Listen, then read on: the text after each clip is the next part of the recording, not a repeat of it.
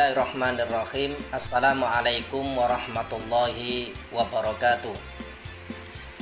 Baik, kali ini kita akan belajar berkaitan dengan bahan ajar untuk pelajaran fisika kelas 10 semester genap.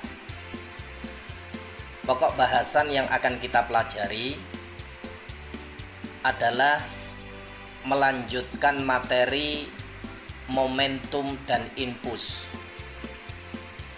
Pada pertemuan kali ini, sub pokok bahasan yang akan menjadi fokus pembahasan kita adalah berkaitan dengan hukum kekekalan momentum, kemudian yang kedua berkaitan dengan tumbukan.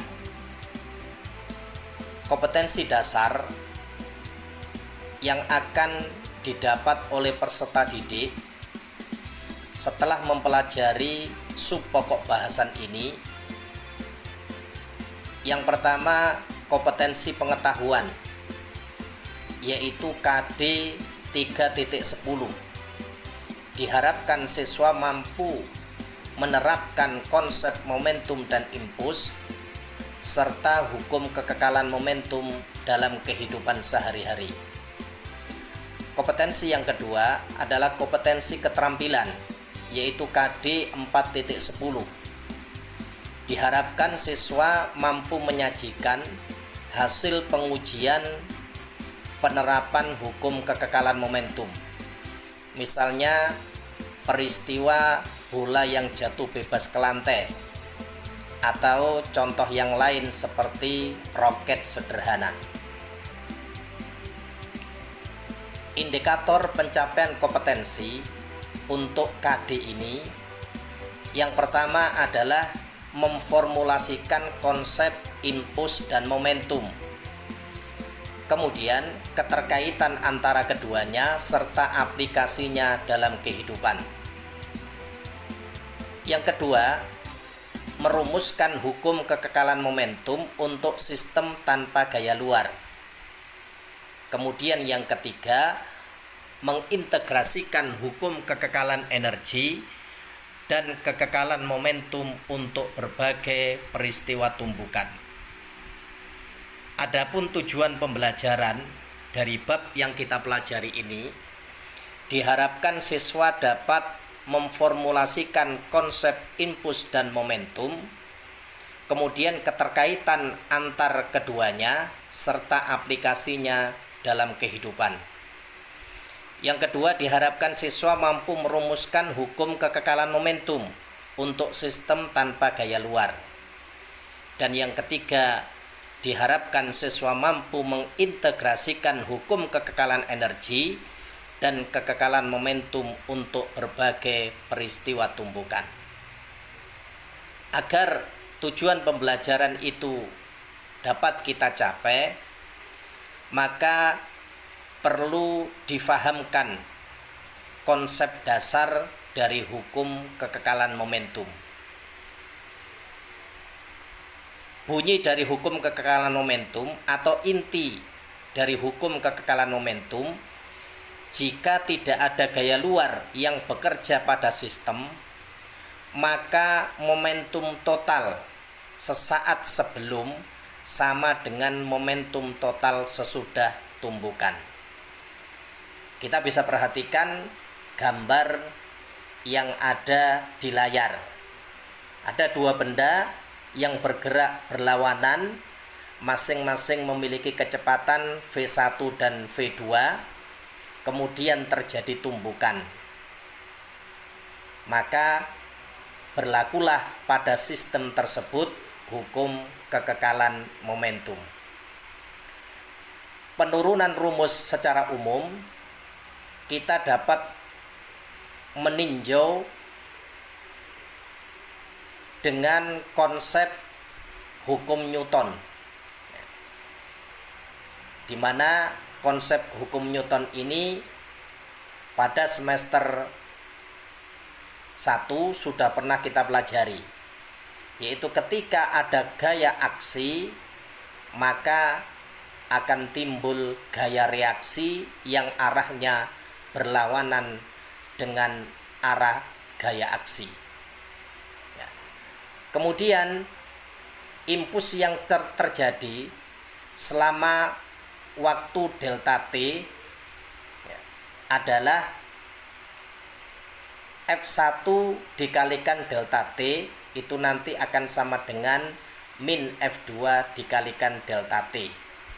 Dan kita juga sudah paham pada materi sebelumnya bahwasannya impuls itu adalah perubahan momentum. Sehingga kalau kedua persamaan itu dimasukkan, akan kita peroleh hukum kekekalan momentum, di mana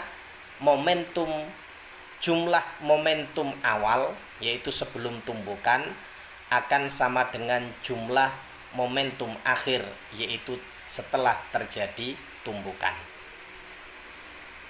Sebagai contoh aplikasi terhadap hukum kekekalan momentum, contoh yang pertama, saat peluru ditembakkan ke arah kanan dengan alat jarak jauh, misalnya seperti remote, maka senapan akan terdorong atau tertolak ke arah kiri. Percepatan yang diterima oleh pistol itu berasal dari gaya reaksi peluru pada pistol. Nah, ini berlaku hukum Newton yang ketiga. Contoh aplikasi yang lain misalnya, yaitu roket yang semula dalam keadaan diam. Artinya waktu itu momentumnya adalah 0. Sesudah gas menyembur keluar dari ekor roket, momentum sistem tetap, artinya momentum sebelum dan sesudah gas keluar adalah sama. Yang berikutnya, untuk mengaplikasikan konsep dari hukum kekekalan momentum tersebut, maka kita bisa melihat contoh soal yang ada di layar. Misalnya sebuah peluru dengan massa 50 gram memiliki kecepatan 1400 meter per sekon mengenai dan menembus sebuah balok dengan massa 250 kg dalam keadaan diam. Di bidang diamnya massa tersebut atau balok tersebut di bidang datar tanpa gesekan. Jika kecepatan peluru setelah menembus balok adalah 400 meter per sekon, maka pertanyaannya, hitunglah kecepatan balok setelah menembus atau tertembus peluru. Nah, untuk menjawab tersebut, maka kita harus membuat kerangka atau alur berpikir sebagaimana pada saat kita menerima materi berkaitan dengan momentum dan impuls. Untuk kecepatan peluru itu adalah kecepatan awalnya atau V1-nya 1400 meter per sekon.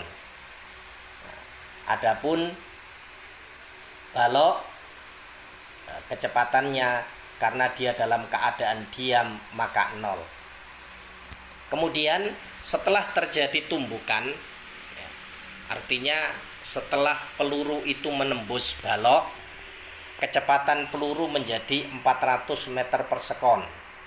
Berarti ini adalah V2. Nah, kita akan menghitung berapa kecepatan balok setelah tertembus oleh peluru. Nah, dari sini maka kita bisa menerapkan hukum kekekalan momentum. Kalau nilai-nilai yang ada itu kita masukkan, maka kecepatan balok setelah tertembus oleh peluru diperoleh 0,2 meter per sekon. Ini aplikasi pada saat kita membahas hukum kekekalan momentum. Kemudian yang berikutnya berkaitan dengan tumbukan. Benda dikatakan bertumbukan jika dalam geraknya mengalami persinggungan dengan benda lain sehingga saling memberikan gaya. Pada layar tampak bahwasannya ada bola biliar yang saling bersinggungan. Pada peristiwa tumbukan ada beberapa konsep yang harus kita pahami. Yang pertama adalah tumbukan lenting sempurna. Pada tumbukan lenting sempurna berlaku hukum kekekalan energi dan hukum kekekalan momentum. Untuk hukum kekekalan momentum kita sudah paham, berarti momentum, penjumlahan momentum sebelum tumbukan itu nanti sama dengan penjumlahan momentum sesudah tumbukan. Adapun kekekalan energi yang berlaku pada peristiwa ini adalah kekekalan energi kinetik. Maka nanti akan dirumuskan EK1 ditambah EK2 itu sama dengan EK1 aksen. Aksen adalah tanda sesudah tumbukan ditambah EK2 aksen. Maka kalau dirumuskan akan ketemu setengah MV1 kuadrat ditambah setengah M2 V2 kuadrat sama dengan setengah M1 V1 kuadrat ditambah setengah M2 V2 kuadrat. Kemudian kalau kedua persamaan itu kita substitusikan, maka kita akan peroleh kecepatan sebelum dan sesudah tumbukan. Jika variabel 1 dan variabel 2 kita kumpulkan, maka akan kita peroleh V1 aksen ditambah V1 itu sama dengan V2 aksen ditambah V2. Dari persamaan itu kita akan dapatkan nilai yang kita sebut dengan koefisien lenting atau koefisien restitusi. Jika dua persamaan tersebut atau ruas kanan dan ruas kiri itu kita bagi, ternyata untuk tumbukan lenting sempurna nilai koefisien restitusinya sama dengan 1. Nah, ini tumbukan lenting sempurna. Kemudian yang kedua, peristiwa tumbukan yang lain adalah tumbukan tak lenting sama sekali. Kita bisa perhatikan dua bola yang saling bersinggungan, antara bola yang berwarna merah dan bola yang berwarna biru, di mana bola yang berwarna merah bergerak dengan kecepatan V1, sementara bola yang berwarna biru dia dalam keadaan diam. Maka setelah terjadi tumbukan, kecepatan kedua bola itu akan bergerak ke arah yang sama, sehingga diperoleh atau berlaku hukum kekekalan momentum dan didapatkan bahwasannya momentum sebelum tumbukan M1 dikalikan V1 ditambah M2 dikalikan V2 itu akan sama dengan M1 ditambah M2 dikalikan V aksen. Hasil akhir dari tumbukan tidak lenting sama sekali, nilai koefisien restitusinya sama dengan 0. Yang ketiga adalah tumbukan lenting sebagian. Pada tumbukan lenting sebagian berlaku hukum kekekalan momentum, akan tetapi tidak berlaku hukum kekekalan energi kinetik. Mengapa hal itu terjadi? Karena pada saat terjadi tumbukan ada energi yang hilang saat tumbukan. Hasil akhir dari nilai tumbukan lenting sebagian, energi kinetik setelah tumbukan lebih kecil daripada energi kinetik sebelum tumbukan. Maka nilai koefisien restitusinya, ya, kalau lenting sempurna E-nya itu sama dengan 1, kalau tak lenting sama sekali E-nya sama dengan 0, maka tumbukan lenting sebagian nilai koefisien restitusinya berada di antara nilai 0 dan 1. Peristiwa tumbukan ini juga dapat kita aplikasikan pada peristiwa pantulan bola ketika mengenai lantai. Misalnya ada satu bola berada di ketinggian tertentu, kemudian dijatuhkan, bola itu kemudian mengenai lantai, maka bola itu akan dipantulkan pada ketinggian tertentu pula. Sehingga kalau diselesaikan dari peristiwa tersebut, akan kita peroleh sebuah perbandingan bahwasannya koefisien restitusi untuk pantulan bola yang dijatuhkan pada lantai sama dengan E sama dengan akar H aksen atau H sesudah terjadi tumbukan dibagi dengan H. Kesimpulannya bahwasannya berdasarkan kelentingan atau koefisien restitusi pada semua tumbukan berlaku hukum kekekalan momentum. Untuk tumbukan lenting sempurna berlaku hukum kekekalan energi mekanik. Nilai koefisien restitusinya sama dengan 1. Kecepatan relatif setelah tumbukan sama dengan kecepatan relatif sebelum tumbukan. Yang kedua, untuk tumbukan lenting sebagian berlaku hukum kekekalan atau tidak berlaku hukum kekekalan energi kinetik, karena energi kinetik berkurang setelah tumbukan. Nilai koefisien restitusinya, nilai E berada pada rentang antara 0 sampai 1.